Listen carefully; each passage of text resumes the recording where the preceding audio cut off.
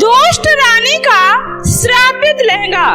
सावित्री अपनी दो बेटी सविता और चंचल के साथ एक छोटे से गांव में रहती थी। चंचल जब बहुत छोटी थी तभी उसके पिता का देहांत हो गया, जिसके बाद सावित्री के कंधे पर ही घर की सारी जिम्मेदारी आ जाती है। सावित्री गांव-गांव जाकर लहंगा बेचा करती थी और उसी से उसके घर का गुजारा चलता था। ऐसे ही समय बीत रहा था। इस बार की तपती गर्मी में भी सावित्री ने बिना एक दिन घर में आराम किए गांव-गांव जाकर लहंगा बेचती रही। लेकिन मॉडर्न युग में अब सावित्री के हाथ का बनाया हुआ लहंगा कोई नहीं खरीद रहा था, जिस वजह से सावित्री के घर की हालत दिन ब दिन बहुत ही खराब होते जा रही थी। सावित्री और चंचल, तुम दोनों आज जल्दी सो गई? हाँ माँ, वो चंचल के पेट में बहुत दर्द हो रहा था, इसलिए हम दोनों बहनें पानी पीकर सो गए। आज आपका कुछ काम हुआ क्या माँ? नहीं बेटा, आज भी कोई लहंगा नहीं बिका। आज भी तुम दोनों को भूखा ही सोना पड़ेगा। उसके बाद सभी भूखे ही सो जाते हैं। अगले दिन सावित्री जब लहंगा बेचने जाने लगती है तभी वो चक्कर खाकर बेहोश हो जाती है। सविता जल्दी से वैद्य जी को बुलाकर लाती है। लगता है काफी दिनों से इन्होंने कुछ खाया नहीं, जिससे शरीर में बहुत ज्यादा कमजोरी आ गई है। अगर अभी भी इनके खान पान पे ज्यादा ध्यान नहीं दिया गया तो ये कुछ ही दिनों में बिस्तर पकड़ लेंगी। इतना बोलकर वैद्य जी वहाँ से चले जाते हैं। आह, पानी पानी। हाँ माँ, ये लो पानी पी लो। उसके बाद सविता चंचल से कहती है, चंचल तू यही माँ का ध्यान रख, मैं काम का पता करके आती हूँ।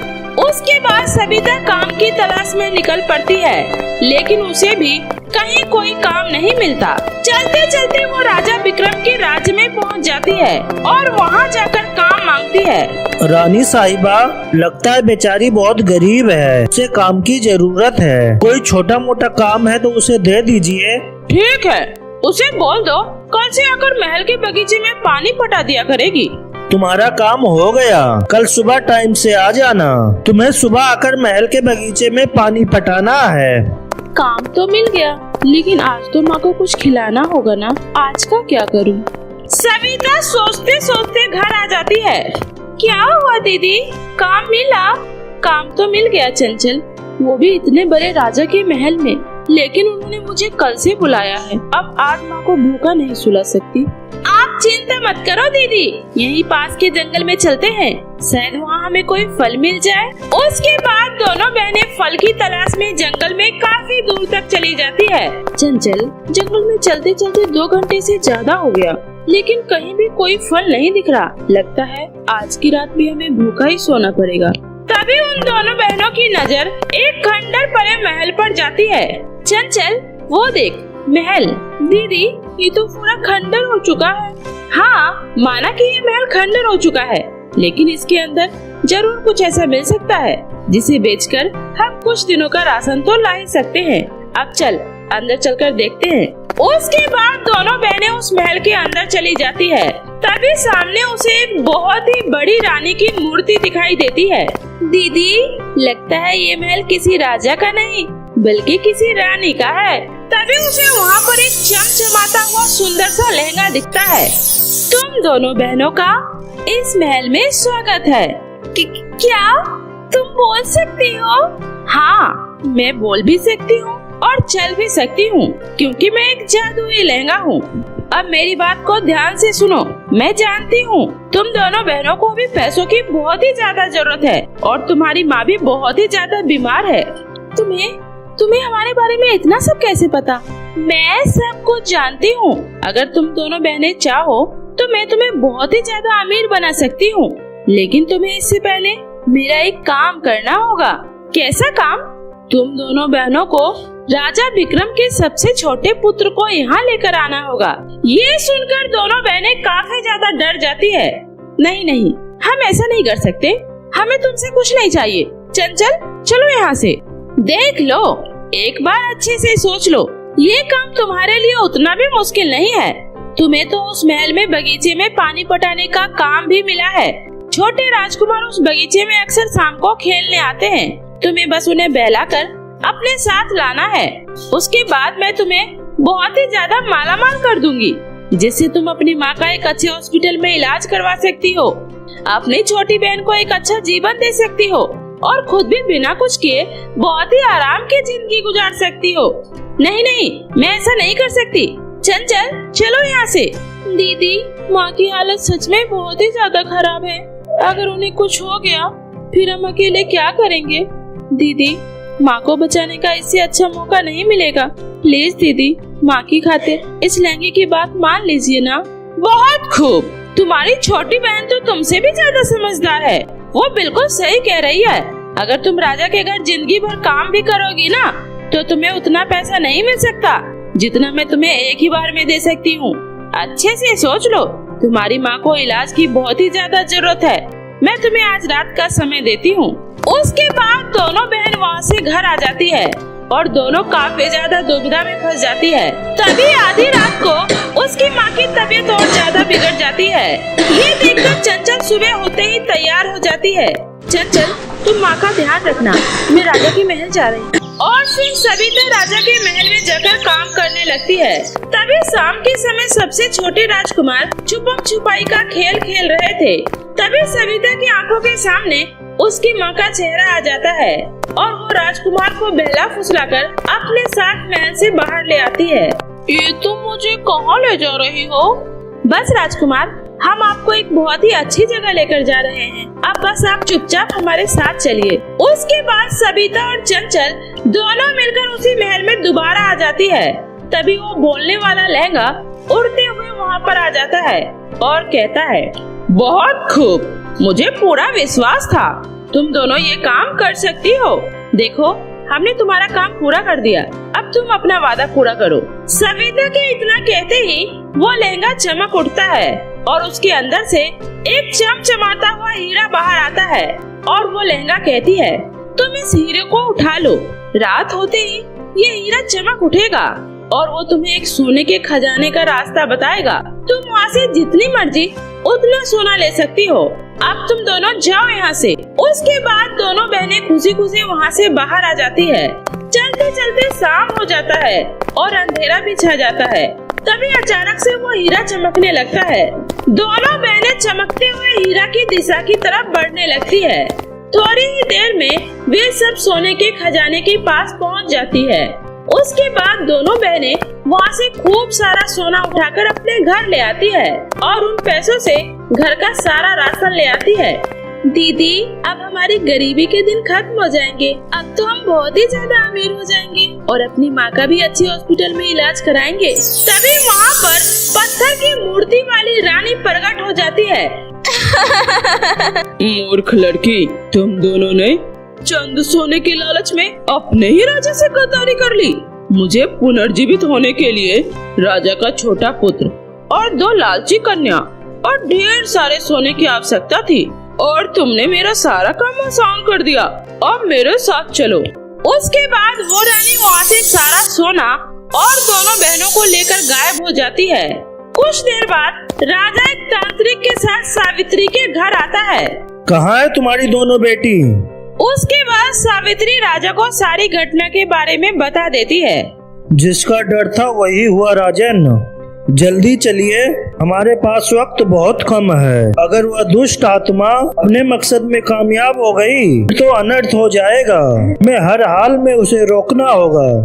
ये सब सुनकर सावित्री रोते हुए बोली, साधु महाराज, आखिर वो औरत कौन थी जो राजकुमार के साथ साथ मेरी दोनों बेटी को अपने साथ ले गई? वो राजा विक्रम की सौतेली माँ थी। उसके पास चुड़ैल का दिया हुआ खतरनाक लहंगा है, जिसकी वजह से वो अपने ही राज्य के बेगुनाह लोगों को मार रही थी।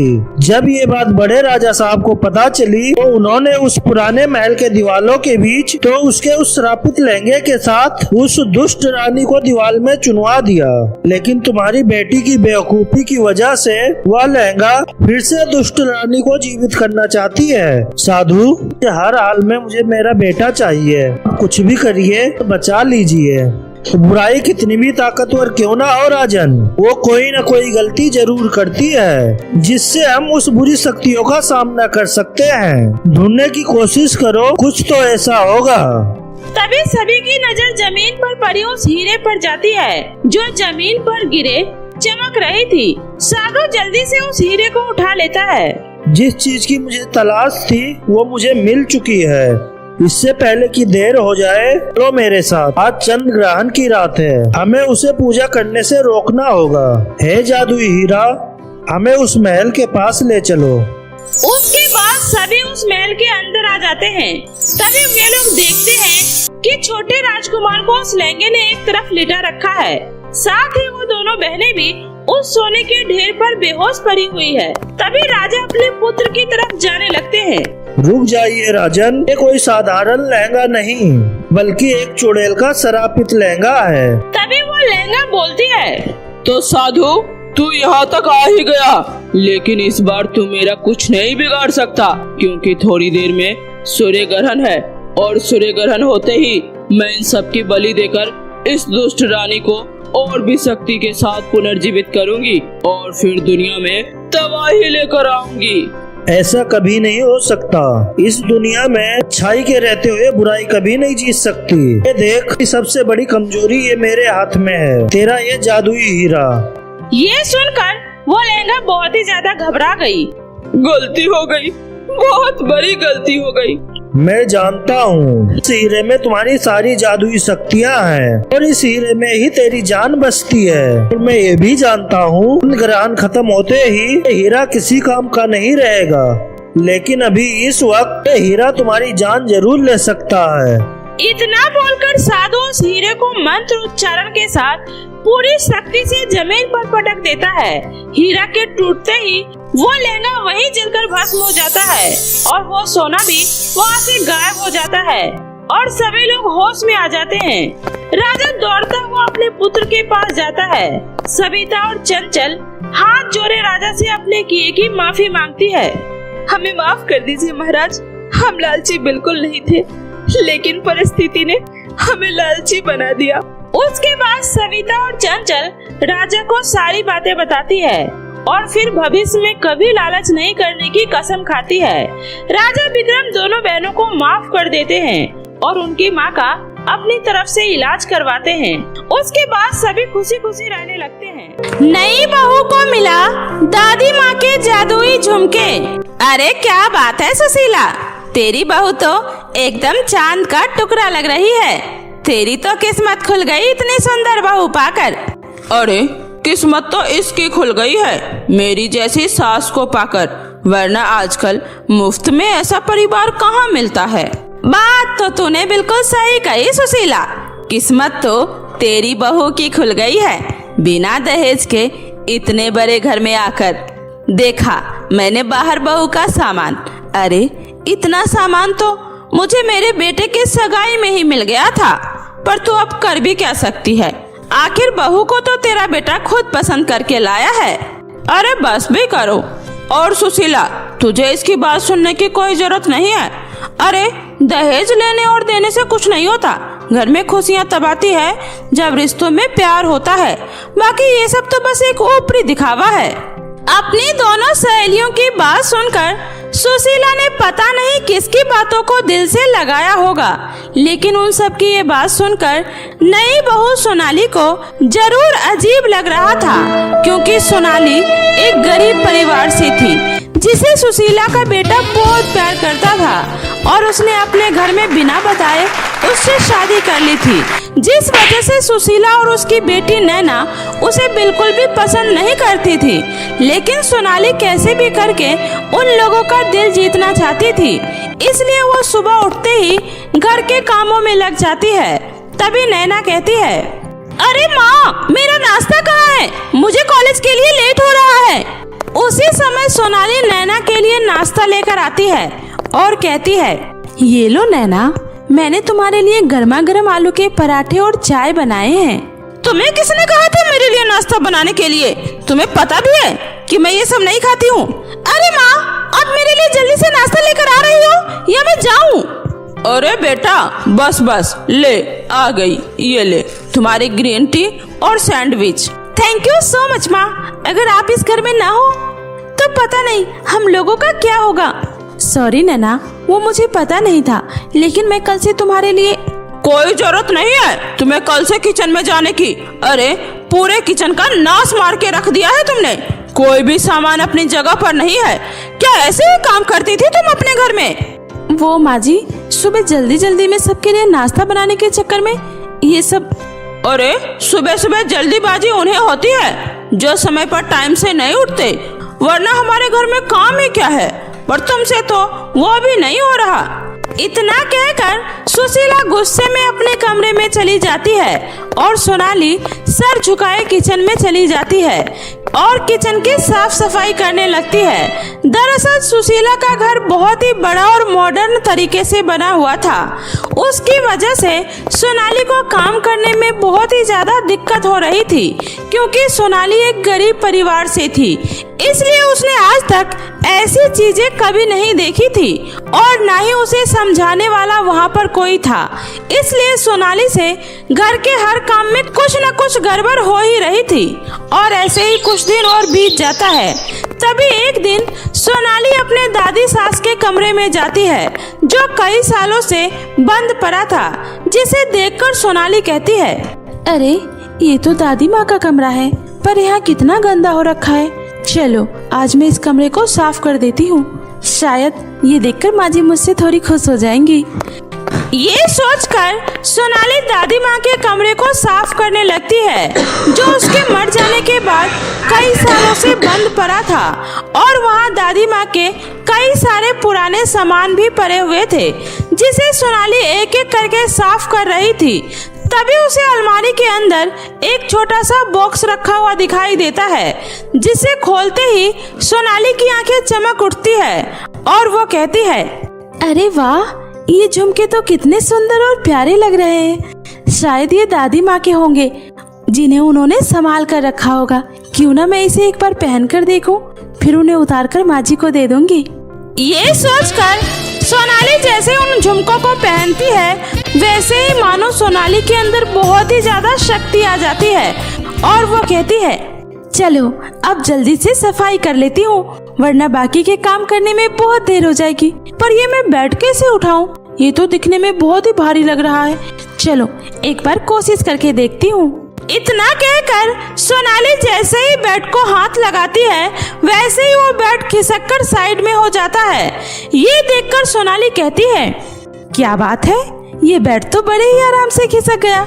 मुझे तो लग रहा था ये बहुत ही भारी होगा, पर चलो कोई बात नहीं, मेरा काम तो हो गया ना।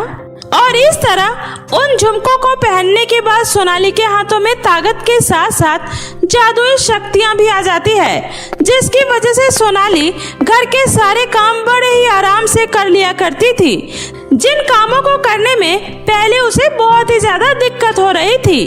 तभी एक दिन, अरे अनुज बेटा, आज तो तू बड़ा जल्दी घर आ गया ऑफिस से, कोई काम था क्या? हाँ माँ, सोनाली को घर के कुछ सामान खरीदना था, इसलिए उसे शॉपिंग पे ले जाने के लिए आया हूँ। हाँ, क्यों नहीं, उसे शॉपिंग ले जाओ, मार्केट करवाओ, क्योंकि घर के काम करने के लिए तो मैं हूँ ही ना। अरे आज शाम को मेरी कुछ सहेलियाँ खाने पर आने वाली है, उसकी तैयारी कौन करेगा? क्या वो भी अब मैं ही करूँगी? माँ जी, आप उसकी चिंता मत कीजिए, मैंने घर के सारे काम कर लिए हैं और शाम का खाना भी तैयार कर दिया है और घर की सफाई भी कर दी है, इसलिए आप परेशान मत होइए, हम लोग जल्दी आ जाएंगे। मुझे बस घर का कुछ थोड़ा सा ही सामान खरीदना है। इतना कहकर सोनाली और अनुज वहाँ से चले जाते हैं। तभी सुशीला भागते हुए रसोई में जाती है, क्योंकि उसे लग रहा था कि सोनाली उससे झूठ बोल रही है। लेकिन जब सुशीला रसोई में जाती है तो कहती है, अरे ये क्या, रसोई तो बिल्कुल चमक रही है, ये तो सारे काम करके गई है और शाम का खाना भी बना कर गई है, पर इतने जल्दी इतना सारा काम कैसे किया इसने? चलो घर के बाकी कमरों में जाकर देखती हूँ। इतना कहकर सुशीला पूरे घर को चेक करती है, लेकिन उसे कहीं भी कोई कमी नहीं मिलती। इसलिए उसके पास सोनाली को सुनाने के लिए अब कोई वजह नहीं होती है। तभी नैना अपने कॉलेज से घर आ जाती है और सुशीला उसे सारी बातें बता देती है, जिसके बाद नैना कहती है, माँ मुझे तो अब कुछ गड़बड़ लग रहा है, भला इतनी जल्दी इतना सारा काम कोई कैसे कर सकता है? इतना कहकर वे दोनों माँ बेटी सोच में पड़ जाती है। तभी उसी शाम सुशीला की सारी सहेलियां खाना खाने आती है। खाना खाते ही वे लोग कहती हैं, अरे वाह सुशीला, तेरी बहू के हाथों में तो सचमुच में जादू है। अरे कितना स्वादिष्ट खाना बनाया है तेरी बहू ने, और घर भी कितने अच्छे तरीके से सजा कर रखा है। सच में तो बहुत किस्मत वाली निकली सुशीला। उन सभी औरतों की बातें सुनकर सोनाली को बहुत अच्छा लगता है और वो अपने झुमके की तरफ देखने लगती है। उसी समय सुशीला और उसकी बेटी नैना की भी नजर सोनाली के कानों में पहने उसके झुमके पर जाती है, जिसे देखकर वे सब समझ जाती है और किसी बहाने से वे लोग सोनाली को कमरे में बुलाती है और कहती है, अरे जल्दी बता, तुझे ये झुमके कहाँ से मिले? वो माँ जी, ये झुमके मुझे दादी माँ के कमरे में सफाई करते हुए मिले थे, तो तुमने इसे फट से पहन लिया। अरे तुम्हारी हिम्मत भी कैसे हुई इन झुमकों को हाथ लगाने की? देखा माँ, अब मुझे समझ में आया ये घर के सारे काम इतने आराम से क्यों कर रही थी। अरे ये सब दादी माँ के इन जादुई झुमकों का कमाल है। अच्छा, तो मुझे पता चला कि उस बुढ़िया ने ये झुमके मुझे क्यों नहीं दिए। कहती थी मैं इसके लायक नहीं हूँ, लेकिन ये फटीचर जैसे इसके बहुत लायक है। चल ला, मुझे ये झुमके दे।